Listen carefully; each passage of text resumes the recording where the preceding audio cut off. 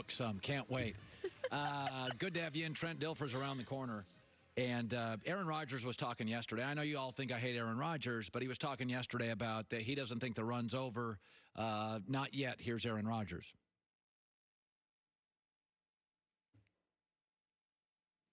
Well, I thought we were going to have Aaron Rodgers. I said it last week. The window was open for us, and that's the exciting thing.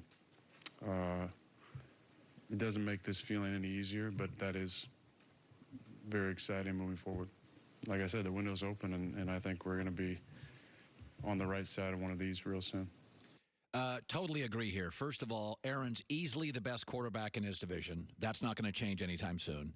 They have an incredibly young team. The other thing is, outside of Russell Wilson, name another NFC quarterback who's got a great coach, is always healthy, and is elite. So Russell Wilson is an obstacle, but Carson Wentz has struggled to stay healthy. There's a lot of young quarterbacks. I don't think Jared Goff is at his level. I also think the AFC's got better coaches right now. I mean, I love Vrabel. I love Belichick. I think Brian Flores is good in Miami. Sean McDermott, John Harbaugh, Mike Tomlin, Andy Reid.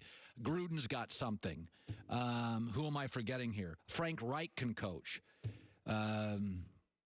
I think the AFC, there's a lot of obstacles.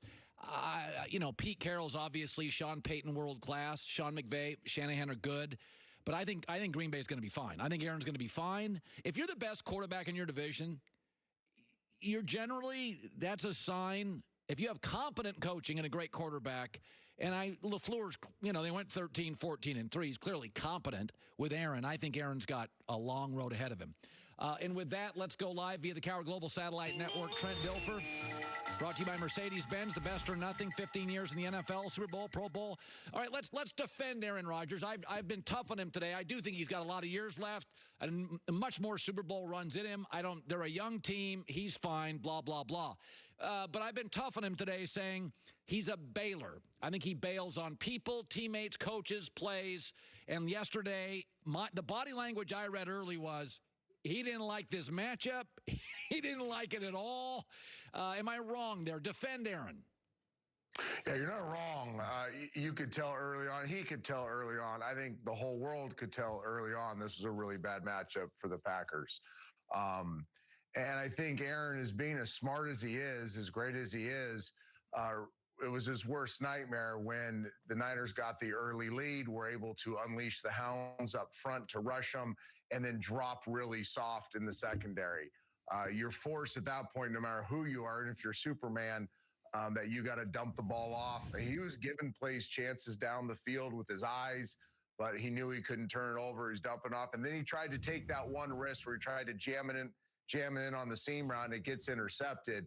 And then it's like, oh, man, this is going to be an all-day sucker. There's nothing I can do. We're going to need some type of good break. We're going to need a turnover. We're going to need a momentum switch.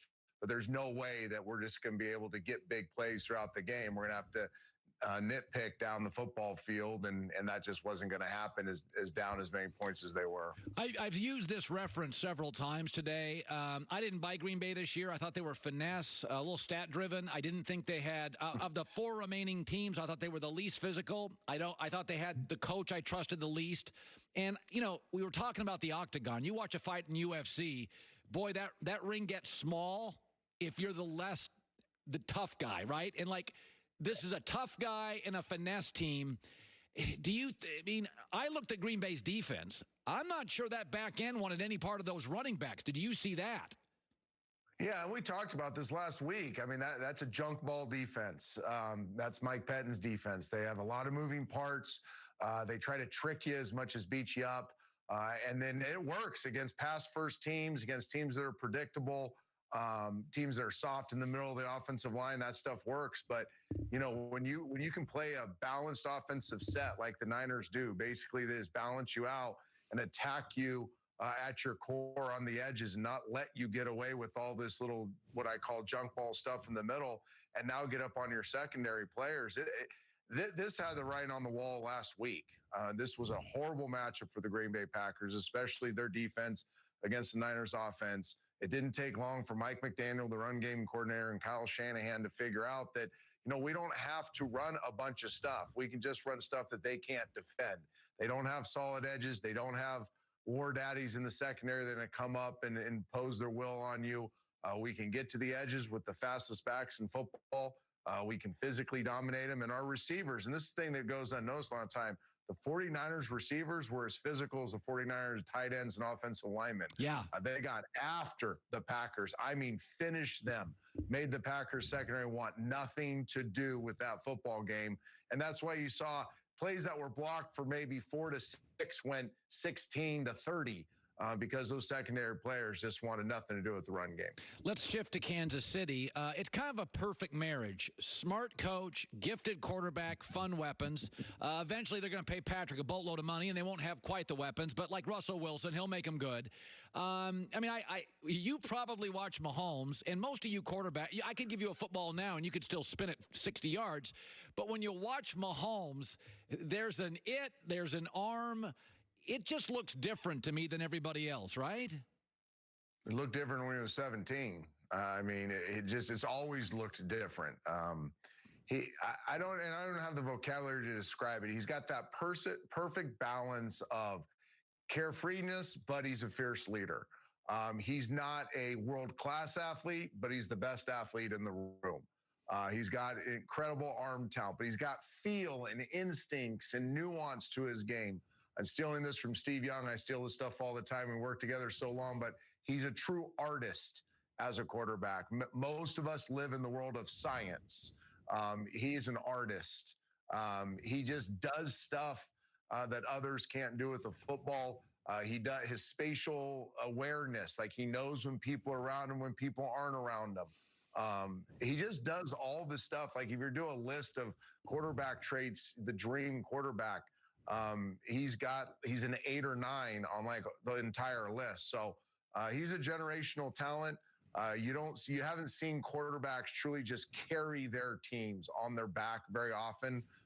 This is one of those guys that's doing that. I got to tell you, my gut feeling on this game is I like San Francisco. It's my gut feeling. I think, listen, Kansas City created matchup problems for Tennessee in the back end. You have to pick your spots.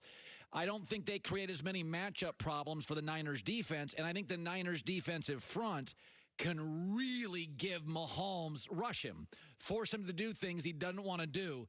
My eyes tell me the Niners, and these are great coaches, and these are great players. I kind of like the matchups with San Francisco personnel. What do you see without jumping into film yet? Yeah.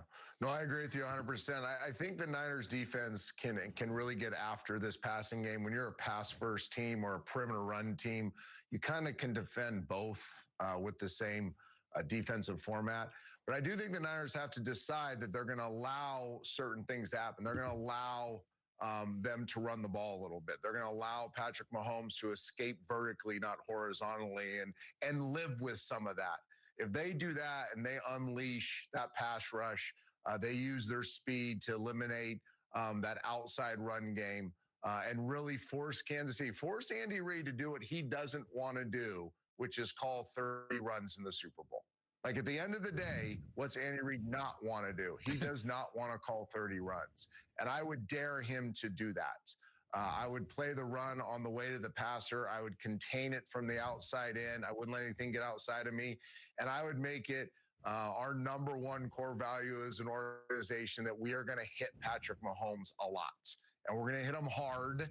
And lots of people are going to hit him. And let's see if he's the same guy when he keeps getting hit. Because that's the one thing the modern day quarterback really doesn't have to do that often, is play a 60-minute game while he's also getting hit constantly. And I think the 49ers have the tools to be able to do that. Now, they're going to give up some plays in the middle if you're going to make that your calling card. But I think at the end of the day, that'll win them the Super Bowl. Finally, when you watch San Francisco, and again, I'm not a newbie, but I don't watch the 22 film all day like you do. San Francisco's offense is all sorts of deception and fun, yet it's got power. For Jimmy G, is it a complicated offense, or are they making me think it's complicated and San Francisco runs a fairly simple offense?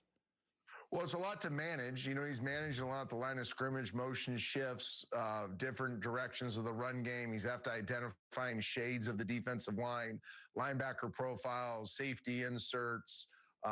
There's a lot of information going through his head to manage a complex run game like that. And I don't want to minimize Jimmy G's effect on this football team. Like, yes, he only threw it, whatever, 8 times or something yesterday. But you go back to the middle of the football season, Jimmy G's the reason they won football games. Yeah. They didn't win despite him. So just because he didn't have flashy numbers doesn't minimize his impact on the 49ers season. And I think, you know, when you look at it, when you judge a quarterback, you don't just judge it for a couple games. You look at the entirety of the season. I think he's really had a great year, and he's the right quarterback for this team. Trent Dilfer, so great seeing you. Decade and a half in the league, a Super Bowl. You going to be down in Miami? I'm going to see you in person next Monday. All right, buddy. Can't wait to see you. Trent Dilfer. By the way, upgrade your wiper blades. Winter is here. Michelin Endurance XT silicone wipers. Performance lasts 2 times longer. Available at Walmart. Joy Taylor with the news.